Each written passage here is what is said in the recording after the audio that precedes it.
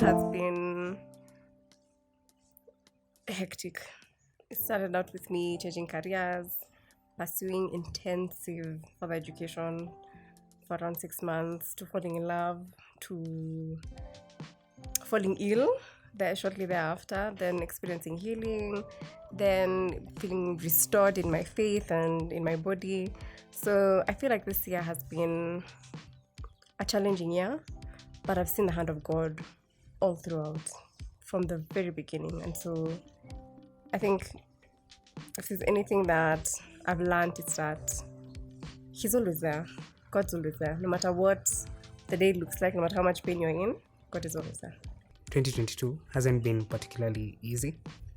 I think through the year I've gone through all types of emotions, and mostly low emotions. And now looking back, maybe I can see maybe business was low because of the election. I had a silly accident with my car, and it had a really bad time with it. So it hasn't been the easiest year, especially coming from 2021, which was, to me, I felt was a powerful year. So it hasn't been the easiest year for me. But right now, as we come to the end of the year, I think there's been a turn. And I think what I've learned over the year maybe is resilience, which I think is, that's something, resilience, because I think I was at a point where I felt like I was giving up on my career, on my work. I felt unsure, I felt uncertain over the year, and got to a point I was wondering, like, why aren't things working? But God, you promised, you said, why is this happening? There's a time I felt like things weren't necessarily working to how I'd expect them. But looking back through the year now, I can see that it taught me to persevere, and it taught me to just keep going on and not easily give up, because I think at some point I'd given up. I have experienced provision, even in ways I didn't even think provision, like things you wouldn't call provision. I've seen Him heal. I've seen Him, financially. I've seen the support financially. I've seen the support spiritually. I have seen God provide, and it hadn't crossed my mind that I've seen Him provide all throughout my life. But in this year, it's really been a highlight. The story of David, whereby starting in 1 Samuel, I think he's anointed just from the bush somewhere. He goes and fights Goliath, and he's accepted into it. But you'd think that he's anointed and he defeats David and then he's made king. That's what you'd think. But there's a whole almost 20 chapters of David going through a lot. Saul trying to kill him.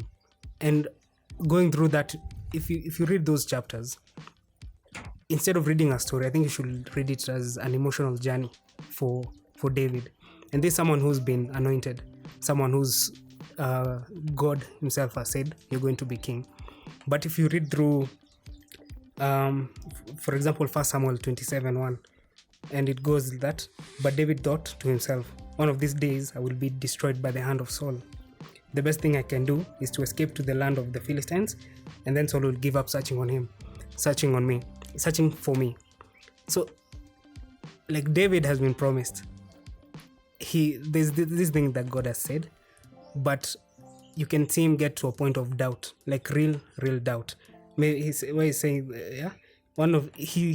he maybe accepts his fate that maybe one of these days I'll be destroyed, and maybe I should go to the Philistines. And remember, the Philistines are the enemies. And at some other point where I think it's Abimelech, where David is in those chases between David and Saul, David has to act mad, has to act insane. And reading that, I was like, what? But this guy is king, and every day it feels like he's a fugitive. He's being chased, and it seems low. And it seems at some point that, yes, he's been promised a lot of things, but he's going through a lot. And if you think about it, for example, I think at the end of the tail end of First Samuel, it gets to a point. I think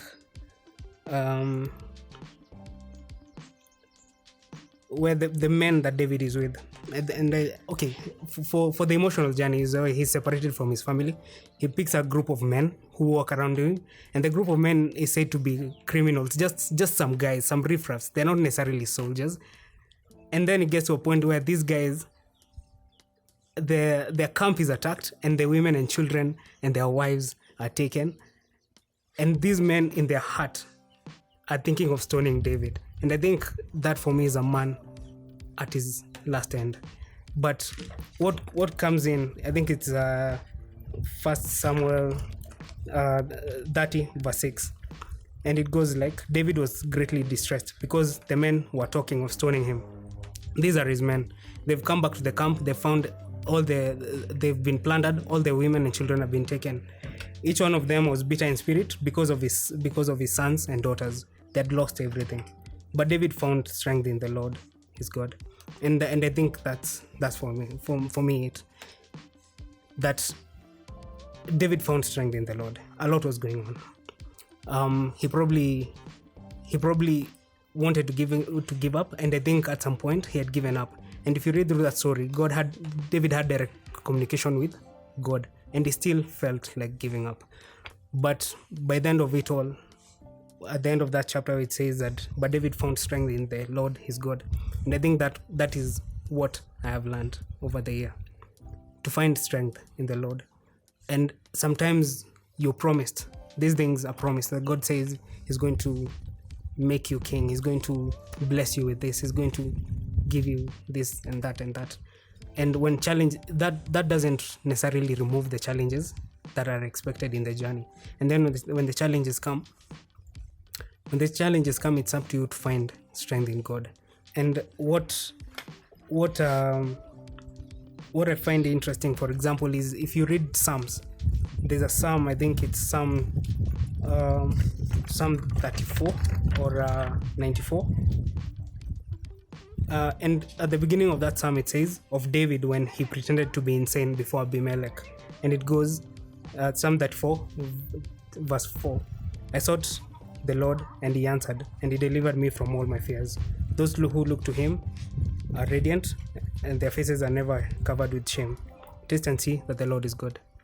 And at that point where this guy who's been promised to be king, where he has to act mad and let saliva drool on him, when he comes to think of it, he thinks of the goodness of God.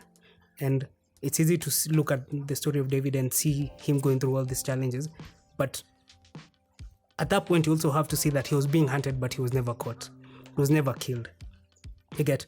And even if things seem so bad, sometimes I think the problem is you look at things from a granular perspective. Like, today I didn't get this job, today I lost that, today I had this and this happened. But if you take a greater look at it, like stop looking at it from that fixed through a microscope, and maybe walk back and see the whole picture, and you'll always see God's hand in it. And reading that story, I think you can see God's hand protecting him in that. And maybe that is a process that he needed to go through to become king. So what I've learned about the particular attribute of God that I'd say is that he's a God that gives me strength. When I feel like I'm weary, when I feel like I'm giving up, it helps to remember that God is on my side, and God is rooting for me, he's fighting for me, even though it doesn't look like it in this particular scenario.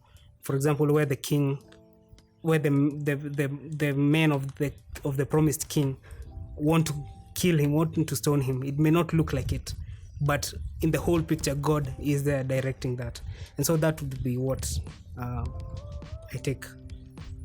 Yeah, so it's not been an easy year, but it has helped me when I talk about resilience and perseverance.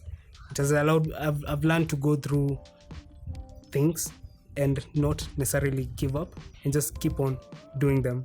Collective has given me community. It has given me friendships that have really spoken life into me. And I after university, after graduating, life happens and you really fall out of touch with a lot of your friends.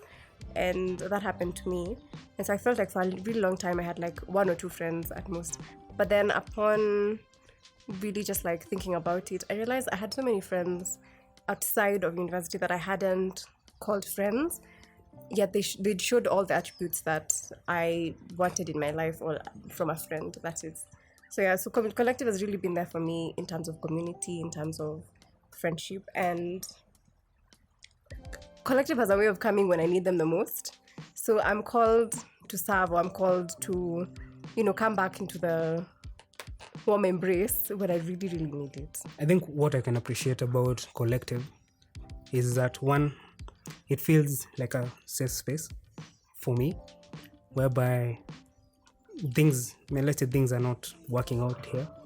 There's that one space you can go and meet people and share stories, make friends, and make merry, and share the word of God, go into worship, and then for that one afternoon, before maybe the madness starts on Monday, it feels like a break. And I think those small breaks are what keeps you going. So I think collective has been that, whereby I can go to church and find people who are like-minded and be reminded of God. Because if you go through the week thinking about the negativity, especially considering it was an election year, there was a lot of negativity in the public space. So collective was a safe space for me. Yeah, coming there, I feel like I think I can handle another week. It's not as bad as it seems. Yeah, and I appreciate the friends that I have at collective. Even if we don't talk so much, meeting these people on a Sunday and talking about how weeks were, I think that helps someone to keep going.